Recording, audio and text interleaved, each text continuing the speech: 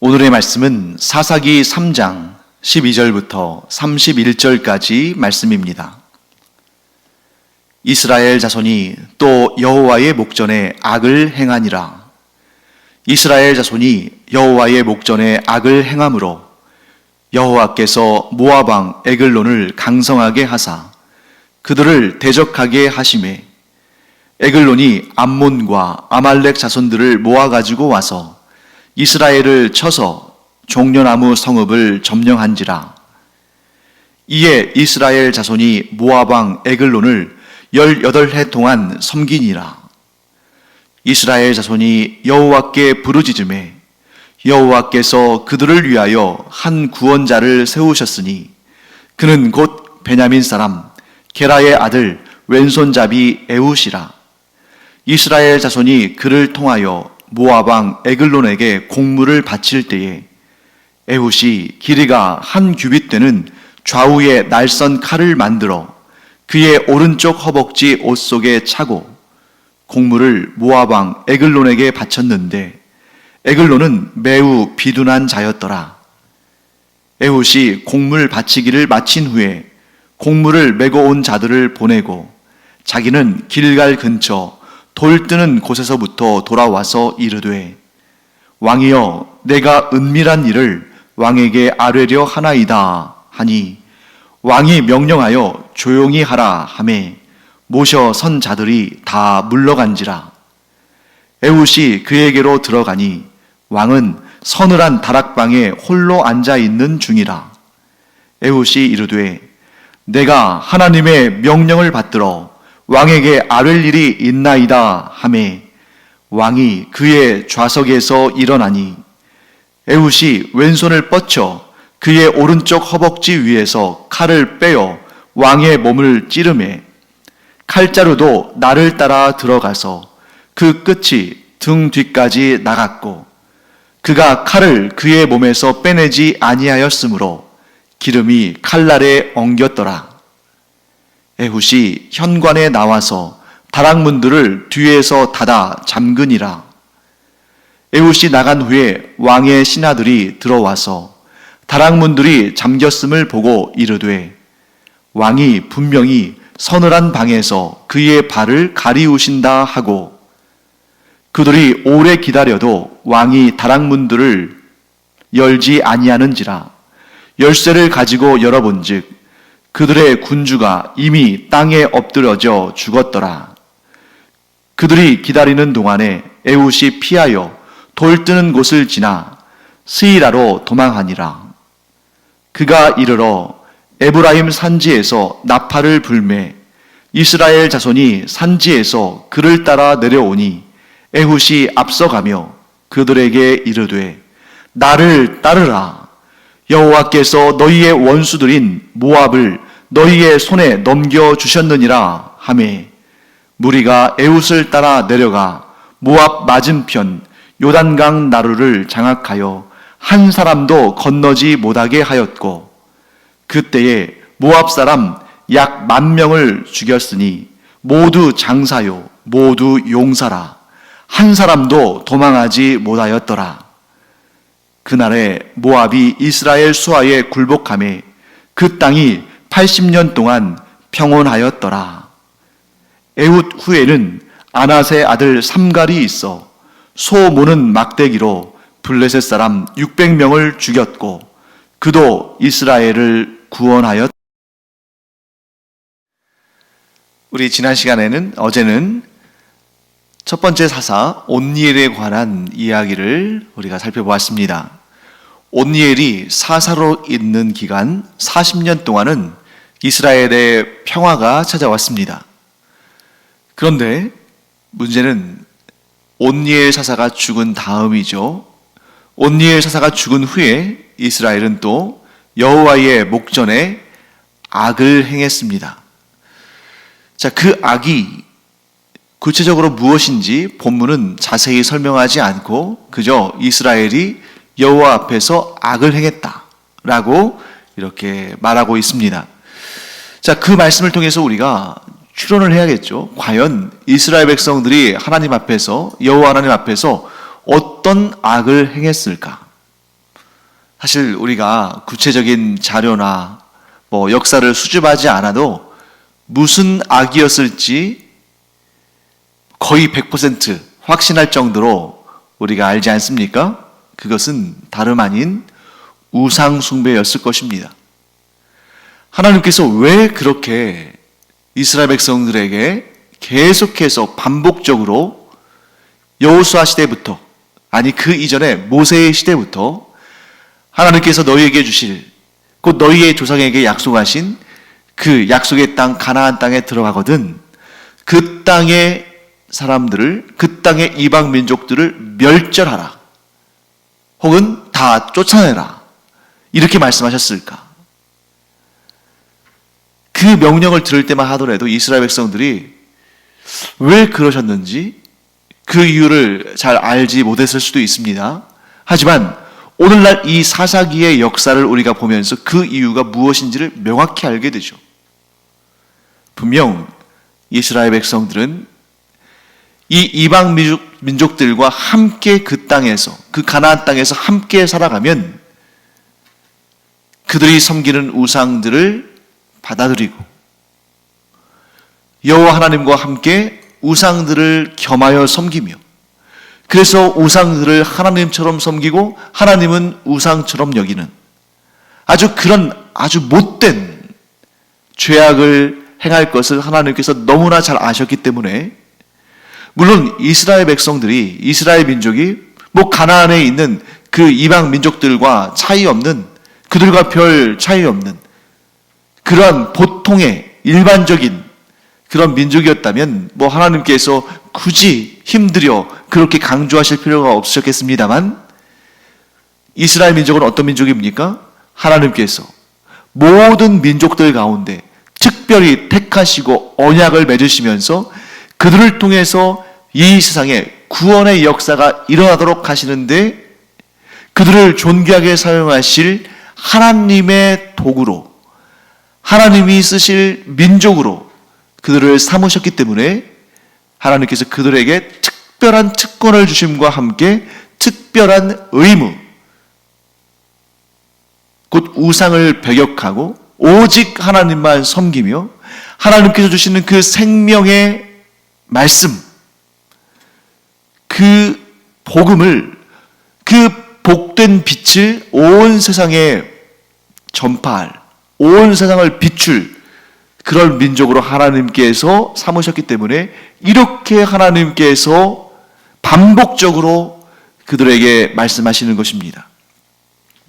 자, 우상을 섬기는 일은 단지 우상신 앞에 제사를 드리고 그들 앞에 엎드리는 것으로 그치는 것이 아닙니다.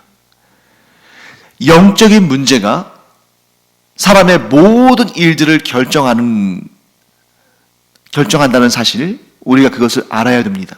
그래서 영적으로 타락해서 우상을 섬긴다는 것은 단지 우상 앞에 절하고 우상 앞에 제사를 드리고 하는 것으로 그치는 것이 아니라 우상을 섬김으로 말미암아 그의 세계관 전체가 오염되고 죄로 물들고, 그래서 도덕적인 타락, 성적인 문란함, 경제적인 범죄, 폭력적인 행위와 관계의 파괴, 이런 인간을 둘러싼 모든 분야에 좋지 않은, 하나님 보시기에 의롭지 않은, 하나님의 진노를 불러일으키는 그런 악들이 종합적으로 그의 삶 가운데에서 일어나는 것을 의미하는 것이죠. 즉 우상 숭배 자체, 사실 우상 자체는 아무것도 아니지 않습니까? 그게 돌이나 나무나 금속일 뿐인데, 그 아무것도 아닌 우상을 섬긴다는 것 자체가 인간의 죄악을 최대치로 드러나게 하는 그러한 통로가 된다는 사실이 얼마나 이 우상 숭배가 위험한 것인가 하는 것을 알게 되는 것이죠. 이런 모든 우상 숭배와 그로 말미암아 비롯되는 모든 죄악들은 딱 한 가지로부터 비롯되는 것입니다. 그것이 무엇입니까? 하나님의 말씀에 순종하지 않는 것. 이스라엘 백성들이 하나님의 말씀에 순종해서 하나님만 섬기고 우상을 섬기지 않고 하나님의 말씀에 순종해서 그 약속의 땅 가나안에서 우상을 섬기는 이방 민족들을 다 쫓아냈다면, 그들이 지금 경험하는 이런 고통 경험하지 않았을 것입니다. 뿐만 아니라 하나님도 이 이스라엘 민족 그들로 인해서 하나님께서도 걱정하고 근심하지 않으셨을 겁니다. 하나님도 마음 아프실 일이 없는 거죠. 그런데 이 모든 안타까운 일들이 무엇으로부터 비롯된다? 하나님의 말씀에 순종하지 않음으로부터 비롯된 것이다. 사랑하는 성도 여러분, 우리가 평생 살면서 완벽할 수는 없지만, 그러나 우리가 하나님의 말씀에 순종하는 것을 우리의 삶의 가장 중요한 원리이자 가장 중요한 가치로 여기며 산다면, 우리는 우리가 겪을 수도 있는 수많은 재앙과 재난과 고통과 많은 문제들을 경험하지 않고 살아가게 될 것입니다. 하나님의 말씀에 순종한다는 것은 우리가 아직 경험하지 않은, 그러나 언제 어디에서 나타날지 모르는 그런 온갖 재난과 재앙과 두려움과 여러 가지 문제들을 미리 제거하는, 그런 것들이 우리의 삶 가운데 나타나기도 전에 미리 제거하는 그런 능력이 있다 하는 것을 우리가 반드시 알고, 우리의 삶에서 비록 때로 넘어지기도 하고 실패하기도 하고 무산되기도 합니다만, 그러나 우리의 항상 마음속에는 나는 하나님의 말씀에 순종하며 살리라 하는 그런 마음의 기본, 마음의 자세, 마음의 확정함이 우리 가운데 있기를 간절히 축원합니다. 자, 여호와의 목전에서 또 악을 행한 이스라엘을 하나님께서는 징계하시죠. 근데 여기에서도 우리가 분명히 알아야 될 사실이 있습니다. 하나님의 징계는 화풀이가 아니다. 사실 우리는 자녀들을 징계할 때나 또 잘못한 사람들을 징벌할 때 거기에 우리의 감정이 담기지 않을 수는 없죠.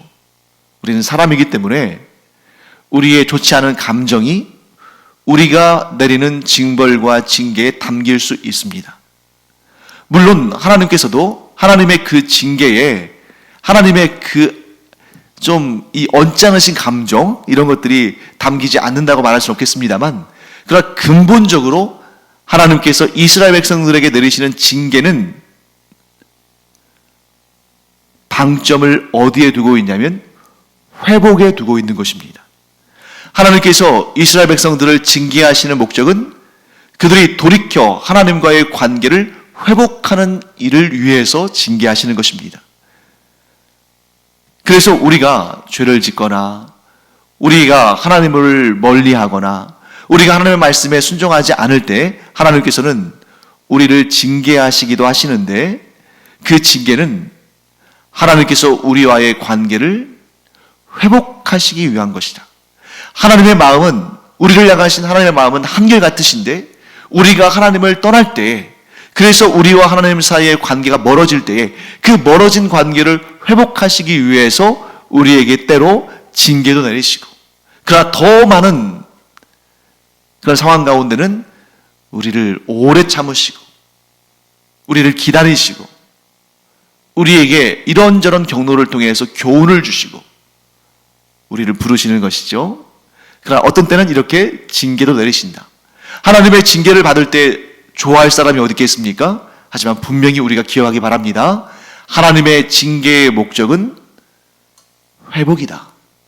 하나님과의 관계 회복을 위해서 징계를 내리신다 하는 것을 우리가 알아야 합니다. 그렇기 때문에 이 사실을 아는 자는 하나님의 징계 앞에서 최대한 빨리 잘못된 길로 가던 발걸음을 돌이켜 하나님께로 다시 향하며 회개하며 하나님께 돌아가야 한다. 그것이 가장 지혜로운 길이다. 그것이 하나님께서 기뻐하시는 길이다 하는 것을 우리가 꼭 기억하기 바랍니다. 자, 이번에 하나님께서 이스라엘 백성들, 하나님 앞에서 악을 행한 이스라엘 백성들을 징계하시는 도구로 사용하신 자는 누구냐면 모압 왕 에글론이라는 사람입니다. 자, 우리가 이제 성경을 읽다 보면 모압, 암몬, 아말렉 이런 족속들의 이름이 많이 등장하죠. 그 중에서 특별히 모압, 암몬, 에돔, 이 세 나라는 아주 대대로 이스라엘을 괴롭혔습니다. 그런데 블레셋이나 또 오늘 본문에도 나오는 아말렉이나 또 뭐 아모리 족속이나 뭐 이런 족속들은 혈통상 뭐 아주 가깝지는 않으니까요. 이스라엘과는 아주 가깝지 않으니까 그러려니 하는데, 에돔과 모압과 암몬은 혈통상 이스라엘과 굉장히 가까운 그런 관계가 있죠. 그래서 에돔 족속은, 에돔이란 나라는 누구의 후손들입니까? 자, 에돔이 에서의 별명이거든요. 붉다 이런 의미를 가지고 있는데, 그러니까 에서의 후손이 에돔. 자, 누구의 후손이 이스라엘입니까? 야곱의 후손이 이스라엘. 그러니까 이스라엘과 에돔은 그 조상들이 쌍둥이 형제지간이었습니다. 자, 모압과 암몬은 롯, 아브라함의 조카 롯의 두 아들들이 모압과 암몬의 조상이 되었습니다. 그러니 얼마나 이게 친족지간이 가까운 관계예요.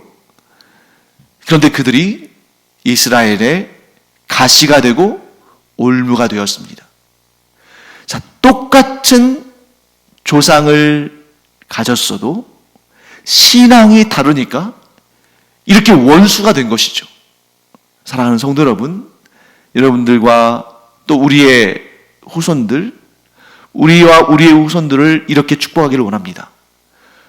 우리와 우리의 후손들이 예수 그리스도를 구주로 영접하고 하나님만 섬기는 이 신앙을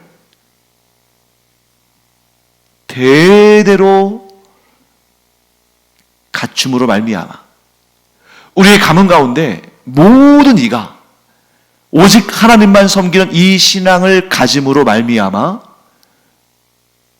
우리 당대에도 또 우리 후손들 가운데도 서로 싸우거나 다투거나 서로 저주하거나 서로 갈등하는 그러한 관계가 아니라 서로 사랑하며 한 분 하나님을 섬기며 하나님을 아버지로 모시는 그 신앙 가운데에 서로 화평하고 서로 축복하고 서로 격려하고 서로 도우며 서로 잘 되게 하는 그런 가문의 전통을 이루기를 간절히 축원합니다.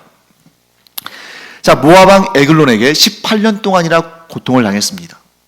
모압왕 에글론이 혼자 이스라엘을 공격한 것이 아니라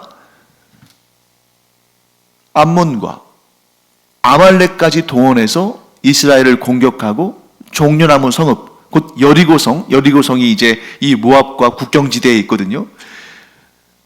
이 여리고를 함락시키고 이스라엘을 18년 동안이나 다스렸습니다. 너무너무 괴로우니까 이스라엘 백성들이 여호와께 부르짖었고, 그때 하나님께서 구원자 에훗을 세우셨습니다. 그래서 어제 설교 제목은 구원자 온니엘이었고 오늘 설교 제목은 구원자 에훗인데, 이 사사라는 용어에 익숙한 우리가 구원자? 예수님이 아닌데 구원자라는 이름을 사람에게 붙여도 되는가? 하고 좀 이상할 수 있습니다만 성경 본문이 분명히 그렇게 말씀하고 계시죠. 구원자를 세우셨다. 하나님께서 구원자를 세우셨다. 즉 하나님의 역사는 구원자를 보내시는 역사입니다. 구약 성경의 모든 역사가 구원자를 보내시는 역사예요. 그리고 우리 어제 살펴본 것처럼 인간 구원자에 대한 아쉬움이, 그들의 완전하지 못함에 대한 그러한 부족함이 누구를 향하게 되어 있습니까? 완전하시고 부족함이 없으신 온전한 하나님이신 메시아, 구원자 예수 그리스도를 바라보게 하는 것이죠. 또한 우리가 그 예수 그리스도, 완전하고 영원한 구원자를 나의 구주로 모신다는 것이 얼마나 복된 일인가. 그래서 우리는 이 완전하고 영원한 구원자를 모셨을 뿐만 아니라 이 구원자를 세상에 전파함으로 한 사람이라도 더 완전한 구원을, 영원한 구원을 얻게 하는 그 일에 우리가 쓰임받아야겠다 하는 것을 우리가 또 정리할 수가 있습니다. 자, 에훗은 베냐민 지파 사람인데 베냐민 지파 게라의 아들이라고 소개되어 있죠. 그런데 이 사람은 무엇으로 유명하냐면 왼손잡이로 유명합니다. 그래서 모압 왕 에글론을 죽일 때도, 그를 처단할 때도 오른쪽 허벅지 쪽에 한 규빗, 그러니까 한 45cm 정도 되는 칼을 차고 왼손으로 그 칼을 뽑아서 에글론을 찌르는.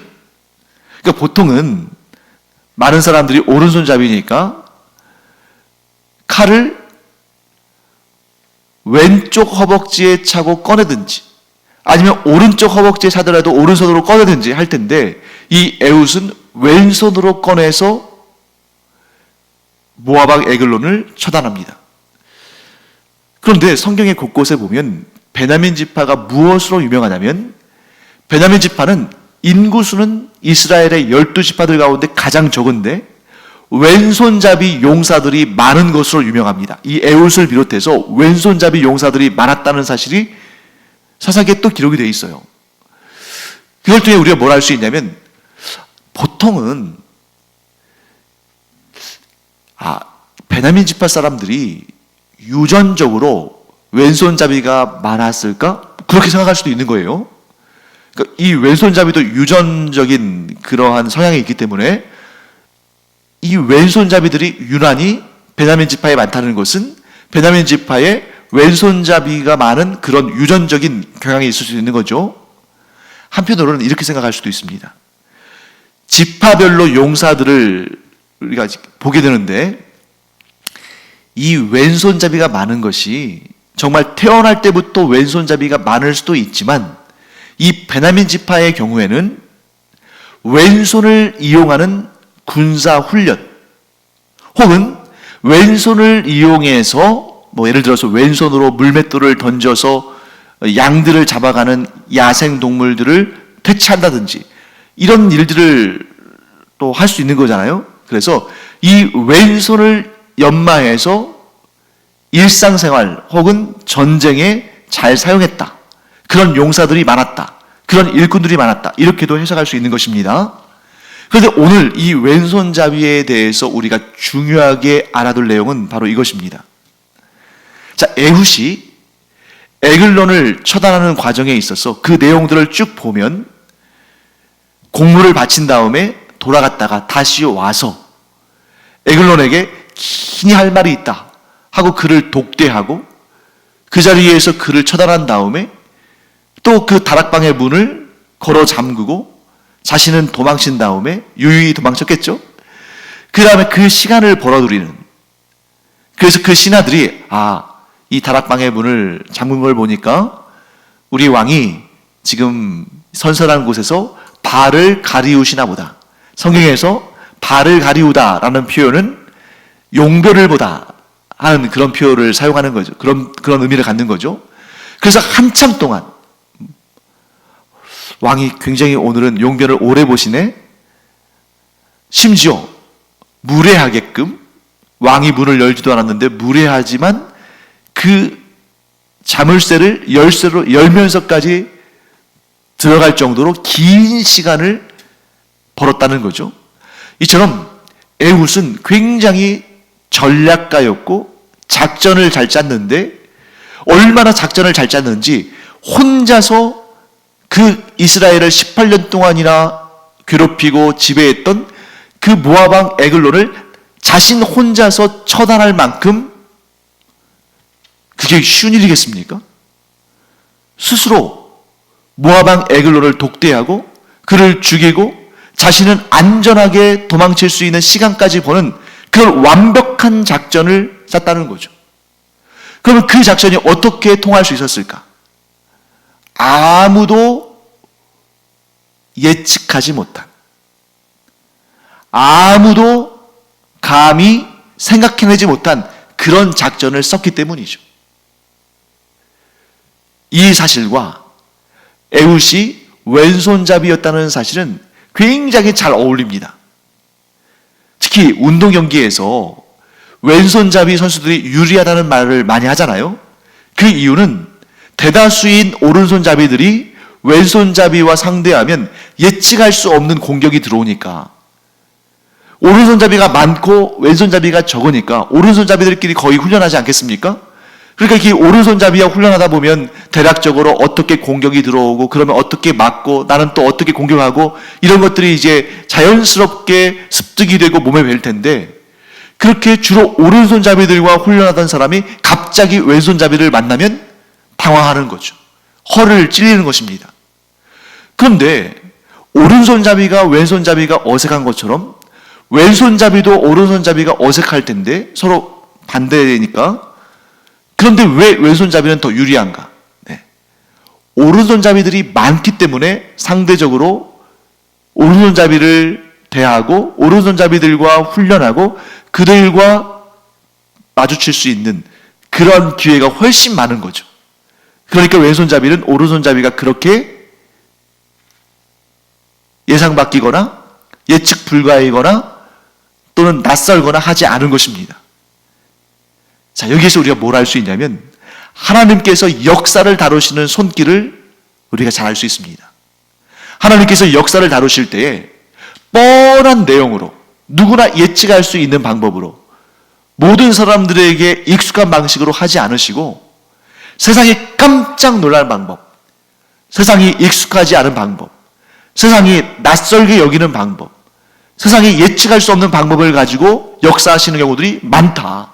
이게 하나님의 방식이다 하는 것을 알 수 있습니다. 그래서 사람들은 위대한 영웅이 아주 큰 능력의 사람이 쩌렁쩌렁 울리는 카리스마를 가진 지도자가 자신들을 구원할 걸로 기대하는데 하나님은 그렇게 하지 않으시죠. 왼손잡이를 통해서 구원하시고 다윗과 같은 어린 소년을 통해서 구원하시고 때로는 드보라와 같은 여인을 통해서 구원하시고 이러한 예측하지 못한 낯선 구원자들을 세우심으로 말미암아 하나님께서 뜻하시는 것이 있죠. 봐라, 전능하신 하나님은 누구를 통해서든 구원의 역사를 이루실 수 있다. 사람들은 힘과 권세와 능력을 가진 자가 세상의 역사를 주관한다고 생각하지만 하나님은 비웃으십니다. 그래? 그러면 한번 내가 꼬마를 보내볼까? 내가 여자를 한번 보내볼까? 내가 왼손잡이를 보내볼까? 중요한 것은 사람이 역사를 주관하는 것이 아니라 하나님께서 역사를 주관하신다. 전쟁은 사람에게 속한 것이 아니라 하나님께 속한 것이다 하는 것을 하나님께서 보여주실 때에 사람들의 예측과 예상과는 전혀 다른 구원자들을 보내심으로 그렇구나. 사람이 역사를 주관하는 것이 아니라 하나님께서 역사를 주관하시는구나 하는 것을 하나님께서 알리신다는 것입니다. 그런 사실이 또 하나 등장합니다. 오늘 본문의 마지막 구절을 보면 사사 삼갈이 등장하죠. 아주 짧게 등장합니다. 이런 많은 사사들 가운데 스토리가 아주 풍성한 사사들 가운데 아주 짤막하게 소개되는 6명의 사사들이 있는데 그 사사들 가운데 가장 먼저 등장하는 사람이 삼갈이죠. 삼갈은 블레셋으로부터 이스라엘을 구원했는데 그는 소모는 막대기로 블레셋 사람 600명을 처단합니다. 소모는 막대기 하나로. 자, 뭘 의미합니까? 하나님께서는 그 강한 나라 블레셋에 고통을 당하는 이스라엘을 구원하실 때에 아무도 예측하지 못한 그 어느 누구도 기대하지 못한 목동 한 명을 들어 이스라엘을 구원하시는 놀라운 역사를 이루셨다 하는 것입니다. 이스라엘 사람들은 이렇게 고난과 고통 가운데 있을 때 우리를 구원할 용사, 저 블레셋보다 훨씬 더 강한 능력을 가진 영웅을 기대하겠다. 하나님께 이런 영웅을 구해야겠다 하고 생각했을 텐데 하나님은 목동 한 사람 보내셔서 블레셋을 처단하셨습니다. 사랑하는 성도 여러분, 사람이 크냐 작냐 강하냐 약하냐 카리스마가 있냐 없냐 실력이 출중하냐, 미약하냐, 이것을 가지고 하나님은 사람을 들어 사용하지 않으십니다. 하나님께서 사용하시는 사람들, 하나님께서 보내시는 구원자들은 한결같이 하나님의 말씀에 순종하는 자들이다. 즉 우리가 하나님께 존귀히 쓰임받기를 원한다면 우리가 준비할 것은 물론 공부도 열심히 하고 돈도 많이 벌고 사회적인 입지도 훌륭하고 그러면 좋겠죠. 하지만 하나님께서 우리를 들어 사용하실 때는 딱 한 가지를 보신다.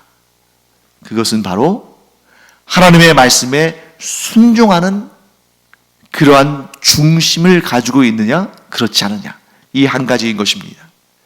사랑하는 성도 여러분, 그러므로 우리가 가장 중요하게 최우선순위로 갖추어야 할 것은 뭐냐면 하나님의 말씀에 순종하는 마음가짐이다.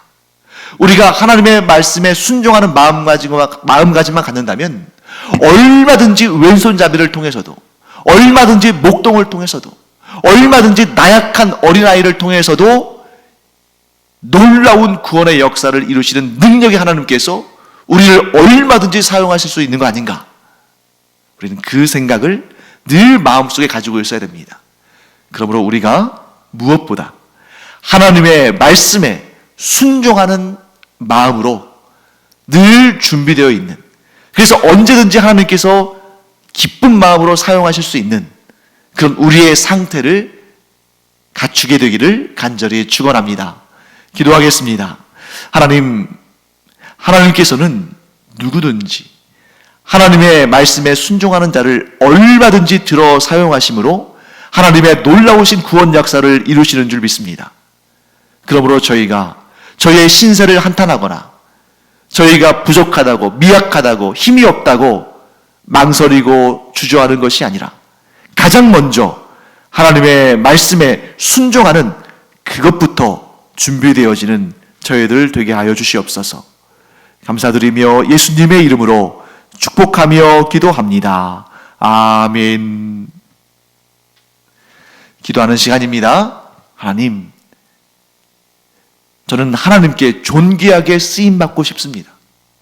그런데 하나님은 누구든지 사람들이 예측하지 못한, 기대하지 못한 사람들도 얼마든지 들어 사용하시는 분인 줄을 압니다. 그러므로 제가 하나님의 쓰임받기 위해서 하나님의 말씀에 순종하는 자로 살기를 원합니다. 그런데 저의 힘은, 저의 의지는 약하기 때문에 하나님, 저를 붙들어 주시옵소서. 성령께서 저와 함께하여 주시옵소서. 하나님 말씀에 순종하도록 저의 마음을 변화시켜 주시옵소서. 이렇게 기도하고 하나님께 존귀히 쓰임받는 우리가 되기를 축원합니다. 기도하겠습니다.